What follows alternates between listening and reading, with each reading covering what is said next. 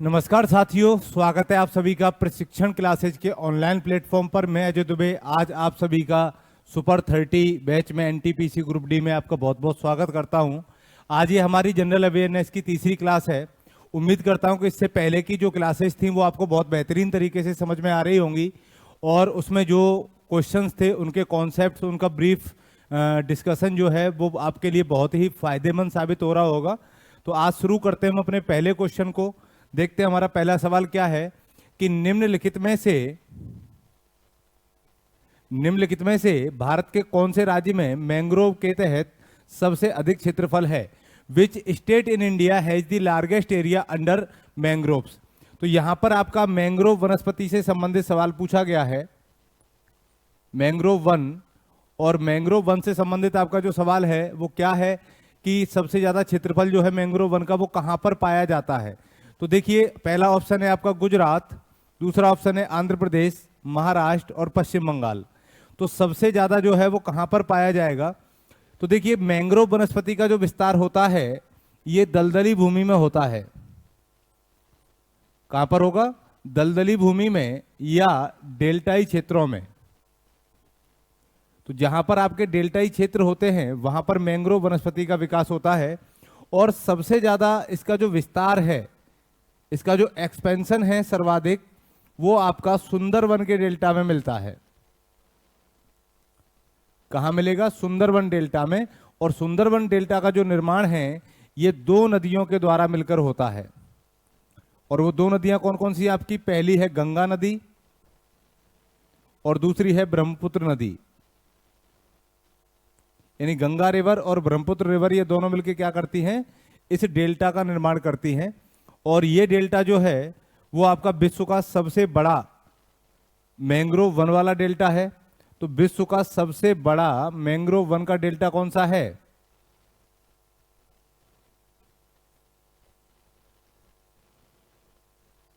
Sundarban delta है। ठीक है। अब यहां पर सबसे ज्यादा जो वृक्ष पाए जाते हैं वो किसके पाए जाएंगे? सुंदरी के वृक्ष मिलेंगे। यहां सबसे ज्यादा किसके वृक्ष मिलते हैं? सुंदरी के वृक्ष मिलते हैं। इसीलिए इसको सुंदरवन डेल्टा के नाम से जाना जाता है। इसको 27वें स्थल के रूप में, किसके रूप में? 27वें स्थल के रूप में रामसर साइट में भी शामिल किया जा चुका है। ये चीजें याद रखना कि रामसर साइट जो होती हैं वो आर्द्र भूमि के संरक्षण के लिए कार्य करती हैं। तो ये भारत में एक आर्द्र भूमि स्थल भी है। ठीक है। और इसके बाद में जो सेकंड नंबर पे आता है वो गुजरात का नाम आता है।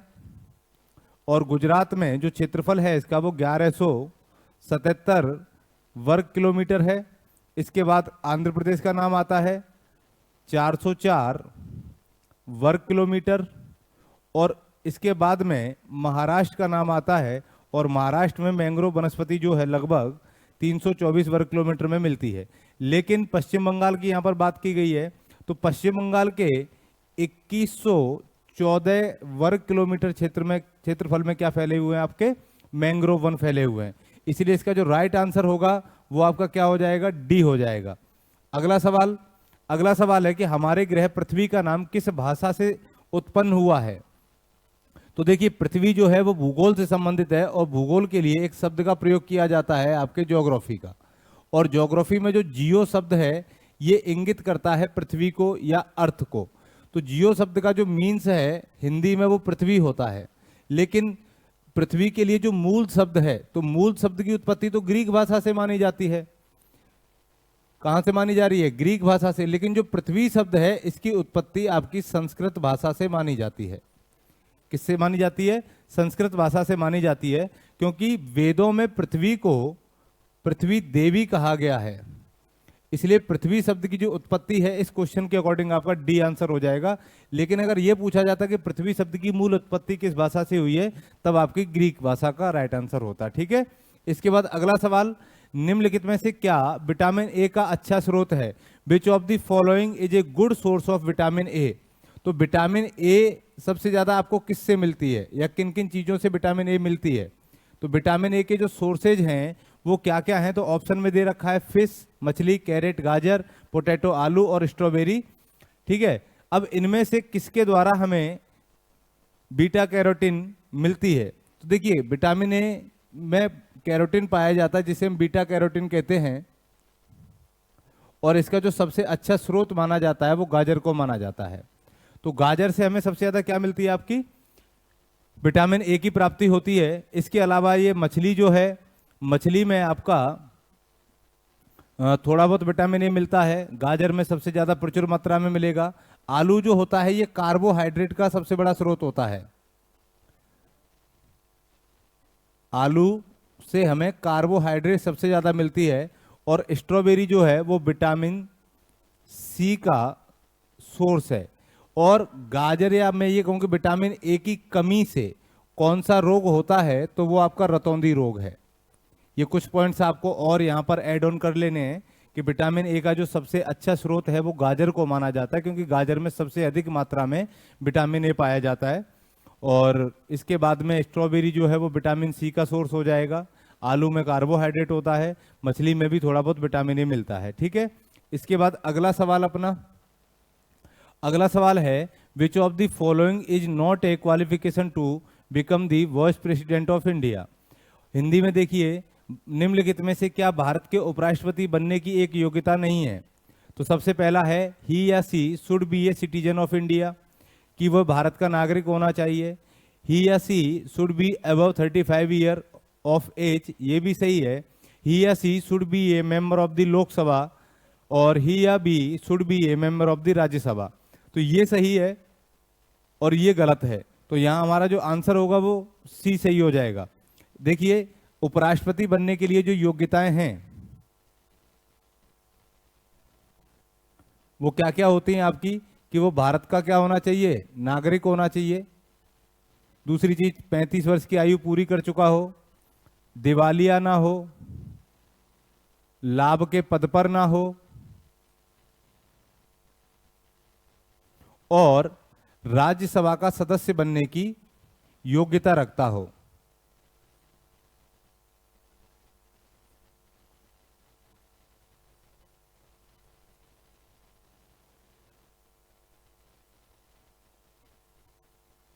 तो ये कुछ हमारी एलिजिबिलिटी है किसके लिए, उपराष्ट्रपति के पद के लिए। ठीक है, अगर राष्ट्रपति का पूछा जाता तो यहाँ राज्यसभा का सदस्य नहीं बल्कि लोकसभा का सदस्य बनने के लिए उसमें क्या होनी चाहिए, योग्यता होनी चाहिए। इसीलिए हमारा जो इस क्वेश्चन का राइट आंसर होगा वो क्या हो जाएगा, सी हो जाएगा। ठीक है, अगला क्वेश्चन है आपका, किसने होम्योपैथिक सिद्धांत लाइक क्योर्स लाइक का प्रतिपादन किया था। किसने होम्योपैथिक सिद्धांत लाइक क्योर लाइक का प्रतिपादन किया था। पहला है हिप्पोक्रेटस, सैमुअल हैकमैन, सैमुअल कांटकानी और जॉर्ज विथोल्कस। तो इनमें से ऐसा कौन सा है जिसने क्या किया था, तो इसका जो राइट आंसर होगा वो सैमुअल हॉर्नमैन हो जाएगा। ठीक है, अगला सवाल क्या है कि चोल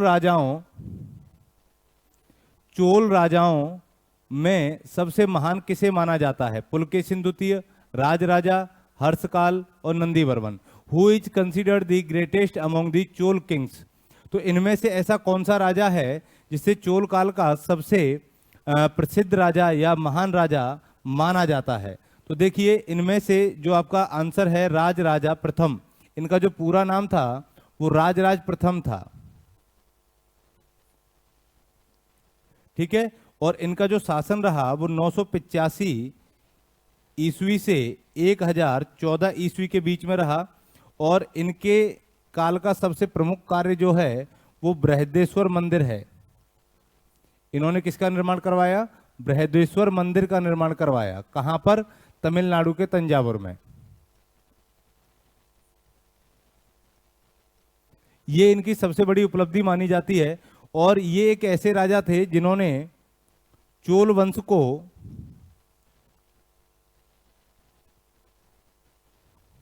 दक्षिण भारत में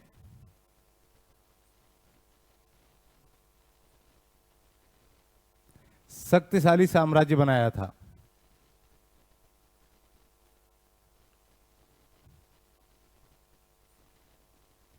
इसलिए इनको चोल वंश का सबसे प्रतापी या महान राजा माना जाता है। और पुलकेशिन द्वितीय जो हैं ये आपके चालुक्य वंश से संबंधित हैं। और हर्ष काल में कोई राजा नहीं है, ये हर्षवर्धन के काल से संबंधित है, इसलिए इसको हर्ष काल कहा गया। ठीक है, तो राजा हर्षवर्धन जो थे, जिनकी राजधानी भीनमाल थी, और नंदीवर्धन जो हैं वो पल्लव वंश के शासक हैं, ना कि चोल वंश के। इसलिए इस क्वेश्चन का जो राइट आंसर होगा वो क्या होगा आपका? बी हो जाएगा। अगला सवाल देखते हैं। अगला सवाल है आपका, प्रति इकाई आयतन द्रव्यमान कहलाता है, मास पर यूनिट वॉल्यूम क्या कहलाता है? ठीक है, मास पर वॉल्यूम यूनिट क्या कहलाता है आपका? तो ये फॉर्मूला होता है डेंसिटी का। तो क्या हो जाएगा? घनत्व का, कि कोई पदार्थ कितना घना है या उसका द्रव्यमान कितना है। ठीक है, आयतन का द्रव्यमान कितना है, ये क्वेश्चन पूछा गया है। तो डेंसिटी क्या होती है? प्रति इकाई आयतन द्रव्यमान क्या कहलाता है आपका? डेंसिटी कहलाता है, घनत्व कहलाता है। अगला सवाल, और एक चीज मैं यहीं पर बता दूं आपको कि घनत्व का जो एसआई मात्रक होता है वो किलोग्राम पर सेंटीमीटर क्यू होता है। क्या होगा आपका एसआई मात्रक? किलोग्राम पर सेंटीमीटर क्यू हो जाएगा। अगला सवाल है कि ब्रिक्स डेवलपमेंट बैंक को अब किस नाम से जाना जाता है? तो ब्रिक्स डेवलपमेंट बैंक जो है, इसकी स्थापना दोस्तों 2015 में जब मोदी जी का शासनकाल आ गया उस समय की गई थी, और इसका जो मुख्यालय है वो चाइना में है। कहां पर है? चाइना में।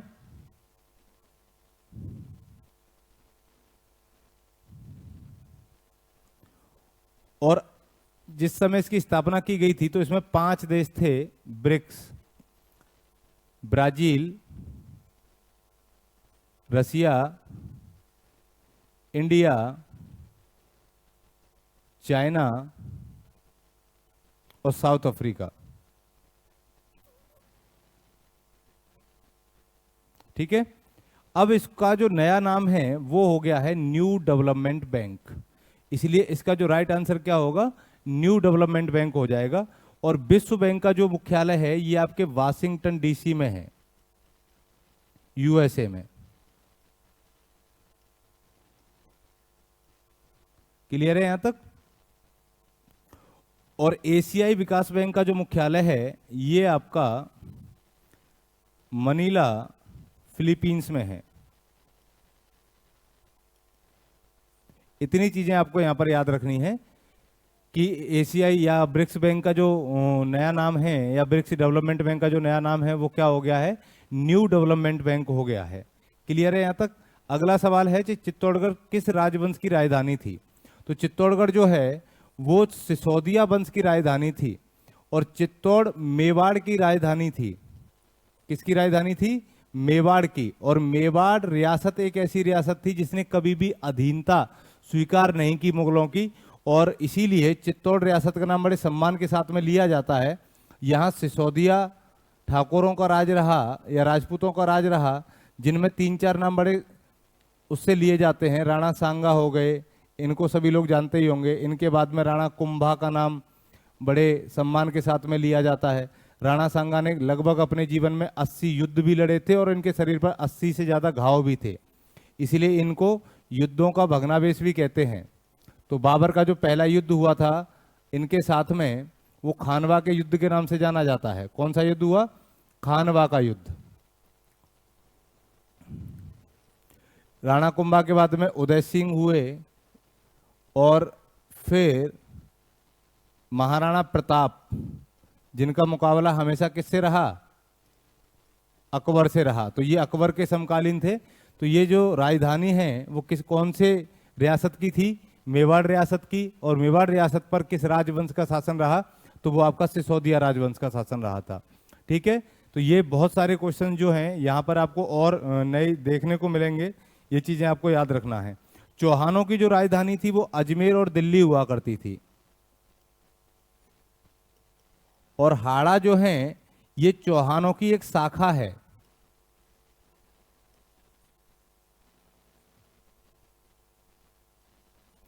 और राठौरों ने मारवाड़ रियासत पर शासन किया था, और मारवाड़ रियासत की जो राजधानी थी वो जोधपुर हुआ करती थी उस समय।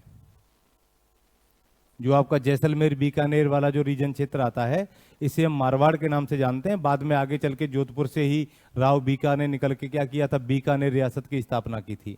ठीक है,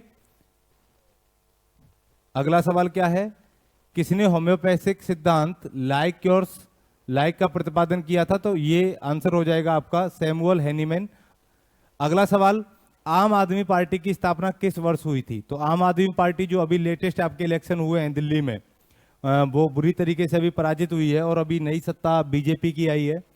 तो आम आदमी पार्टी का जो उद्भव हुआ या इसका जो इसकी जो स्थापना मानी जाती है, ये आपके लोकपाल आंदोलन से मानी जाती है, जिसे हम अन्ना हजारे आंदोलन भी कहते हैं। तो अन्ना हजारे आंदोलन 2010 में हुआ था, ठीक। और 2010 के बाद में 1 साल तक ये आंदोलन चला। कब से कब तक? 2010 से 2011 तक। इसके बाद में 2012 में केजरीवाल ने क्या किया? आम आदमी पार्टी की स्थापना की। और उसके बाद जब पहली सरकार इन्होंने बनाई तो 49 दिन की सरकार के बाद में इन्होंने क्या दे दिया? इस्तीफा दे दिया। फिर दिल्ली में री इलेक्शन हुए और दोबारा से बहुमत से इन्होंने क्या किया? अपनी सरकार बनाई। और ये दिल्ली के पहले ऐसे मुख्यमंत्री बने जो पहली बार में नई पार्टी बनी हो जिसने मुख्यमंत्री का पद दिया हो। तो इसका जो राइट आंसर होगा इसकी स्थापना का, वो 2012 हो जाएगा। 13 में इसने इलेक्शन लड़ा था। चिलियानवाला का युद्ध कब लड़ा गया? तो देखिए, चिलियानवाला का जो युद्ध है ये कब लड़ा गया? 1865, 1892, 1849, 1856, कब लड़ा गया था? तो ऑप्शन हमारे सामने है। तो देखिए, चिलियानवाला का जो युद्ध है दोस्तों, ये लड़ा गया था 13 जनवरी 1849 को। और ये युद्ध जो है ये आपका ब्रिटिश ईस्ट इंडिया, यानी कि जब सिख साम्राज्य को या सिखों के साथ में जब युद्ध चल रहा था अंग्रेजों के साथ, सिख वर्सेज अंग्रेज, इसी को हम आंग्ल सिख युद्ध के नाम से जानते हैं। किस नाम से जानते हैं? आंग्ल युद्ध सिख या आंग्ल सिख युद्ध। तो द्वितीय आंग्ल सिख युद्ध में ही एक युद्ध हुआ था। कौन सा? आपका चिलियानवाला का युद्ध। और इसी युद्ध के तहत 13 जनवरी 1849 को क्या हुआ? आपका चिलियानवाला का युद्ध हुआ था। क्लियर है यहां तक? तो राइट आंसर क्या हो जाएगा? सी हो जाएगा। इसके बाद में एक क्वेश्चन ये भी पूछा जाता है कि इसका जो नेतृत्व कर रहे थे वो कौन कर रहे थे? तो सिखों की तरफ से जो इसका नेतृत्व किया था युद्ध का, वो शेर सिंह अटारीवाला ने किया था। शेर सिंह अटारीवाला। और अंग्रेजों की तरफ से इसका जो नेतृत्व किया था वो लॉर्ड ह्यूग ने किया था। तो ये कुछ पॉइंट्स आपको और याद रखने हैं। क्लियर है यहां तक? अगला सवाल देखते हैं। अगला सवाल है कि प्लूटो के चंद्रमा का क्या नाम है? प्लूटो के चंद्रमा का नाम सैनन, गैनीमेड, लूना और चेरन। तो देखिए, गैनीमेड जो है ये जुपिटर के चंद्रमा का नाम है, बृहस्पति के चंद्रमा का नाम है। और जुपिटर ऐसा प्लेनेट है जिसके सबसे ज्यादा सैटेलाइट है 93। लूना जो है ये हमारे मून को ही कहते हैं, ये पृथ्वी का चंद्रमा हो जाएगा। और चैनन जो है, चेरन, ये आपका प्लूटो का चंद्रमा है, यानी कि प्लूटो का उपग्रह है। चंद्रमा उपग्रह को ही हम लोग कहते हैं। तो सबसे ज्यादा जो चंद्रमा है वो किसके हैं? जुपिटर के। और जुपिटर में भी सबसे बड़ा कौन सा है? आपका गैनीमेड। फिर सैटर्न के आते हैं। सैटर्न के लगभग 82 सैटेलाइट हैं, जिनमें सबसे बड़ा है टाइटन। ठीक है, टाइटन एक ऐसा चंद्रमा है जिसका अपना वायुमंडल है, अपना ऑन एटमॉस्फेयर है। तो इसका जो राइट आंसर होगा वो क्या हो जाएगा? चेरन हो जाएगा। इसके अलावा अगर आपको और नाम लिखने हैं तो लिख सकते हैं कि इसका एक चंद्रमा प्लूटो का निकस है, इसके बाद में हाइड्रा है, इसके बाद में कैरबेरोस है, स्टाइक्स है। तो ये कुछ इसके और चंद्रमा हैं चेरन के अलावा। तो इसके 5 चंद्रमाओं के आपको नाम याद रखने हैं। ठीक है, और एक चीज और याद रखना कि प्लूटो की जो खोज की थी ये 1978 ईस्वी में की गई थी। और किसके द्वारा की गई थी? तो जेम्स क्रिस्टी ने इसकी खोज की थी। तो जेम्स क्रिस्टी ने किसकी खोज की? प्लूटो की खोज की। ये चीज आपको याद रखनी है। क्लियर? अगला क्वेश्चन जो है वो है आपका कि निम्नलिखित में से किस प्रधानमंत्री को भारत रत्न से सम्मानित किया गया था? विश्वनाथ प्रताप सिंह, मोरारजी देसाई, चौधरी चरण सिंह और मनमोहन सिंह। तो देखिए, ये जानने से पहले हमें थोड़ा सा ये जानना है कि इनका जो कार्यकाल था वो क्या रहा था। तो मोरारजी देसाई जो हैं ये पहले ऐसे प्रधानमंत्री थे जो गैर कांग्रेसी प्रधानमंत्री माने जाते हैं, और उनका जो कार्यकाल था वो 1977 से 1979 तक इन्होंने इस समय क्या किया था, जनता पार्टी का गठन किया था। और विश्वनाथ प्रताप सिंह जो हैं ये 1989 से 1990 तक क्या रहे, भारत के प्रधानमंत्री रहे। चौधरी चरण सिंह 1979 से 1980 के बीच में रहे, और मनमोहन सिंह 2004 से 2014 के मध्य भारत के क्या रहे, प्रधानमंत्री रहे। लेकिन इनमें से एक ऐसे प्रधानमंत्री जिनको क्या मिला, भारत रत्न दिया गया, वो आपके मोरारजी देसाई थे। इसलिए हमारा जो राइट आंसर होगा इसका वो हो जाएगा मोरारजी देसाई। अगला सवाल, हमारे शरीर में कितना नमक मौजूद होता है? तो ये तो फैक्चुअल क्वेश्चन है, आपको याद रखना ही पड़ेगा कि हमारे शरीर में नमक की जो मात्रा होती है वो 0.4% होती है। कितनी होती है? 0.4% होती है, जो NaCl के रूप में उपस्थित रहती है। किसके रूप में? सोडियम क्लोराइड के रूप में, NaCl के रूप में उपस्थित होती है। अगर इससे ज़्यादा बॉडी में नमक हो जाए तो भी प्रॉब्लम होती है, और इससे कम नमक होने पर भी बॉडी में दिक्कतें होना शुरू हो जाती हैं। ये नमक जो हमारे ब्लड सर्कुलेशन में घुला हुआ रहता है और उसी के माध्यम से हमारी ज़रूरतों की पूर्ति भी करता है। अगला सवाल है कि सिंगापुर का पुराना नाम क्या था? तो सिंगापुर का यहाँ पर पुराना नाम पूछा गया, बहुत ही फैक्चुअल सवाल है।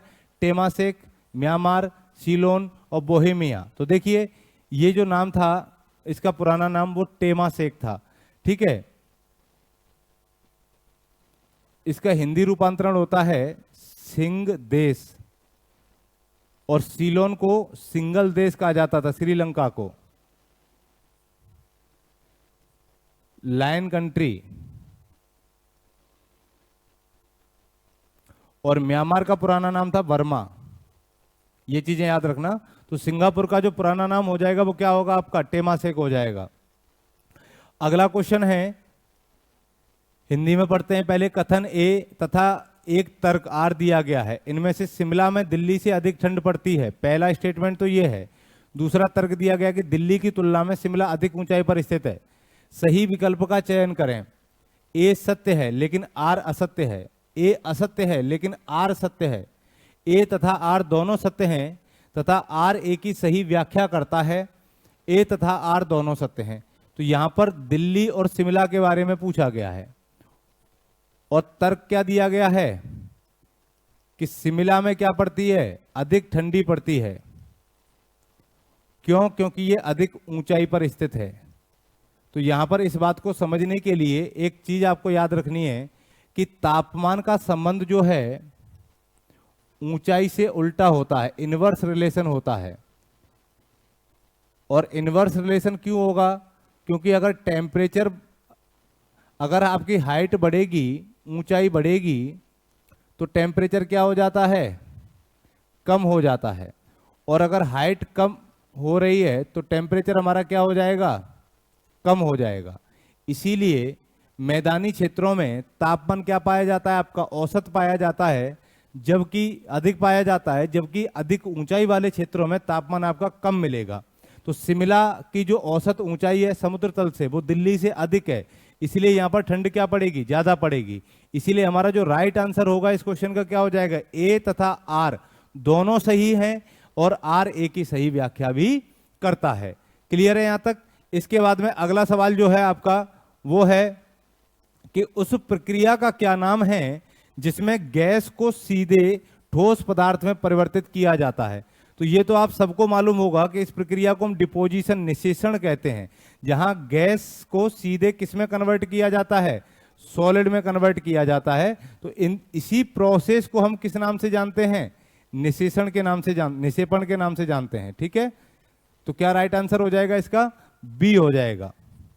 अगला सवाल, अगला सवाल है कि महाराष्ट्र में नए प्रस्तावित एम्स की स्थापना किस शहर में की जा रही है? तो जिस समय एनटीपीसी का एग्जाम हुआ था 2016 में, उस समय का ये क्वेश्चन है करंट का, और उस समय आपके नागपुर में एम्स की स्थापना की जा रही थी।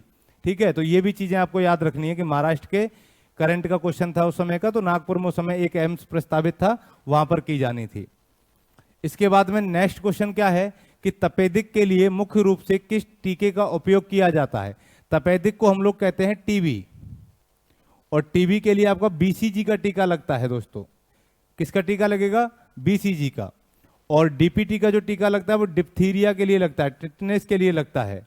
ठीक है, एचआईवी जो है एक संक्रमित रोग है, तो इसका राइट आंसर जो होगा वो बीसीजी का टीका हो जाएगा, जो बच्चों में जन्म के तुरंत बाद लगाया जाता है।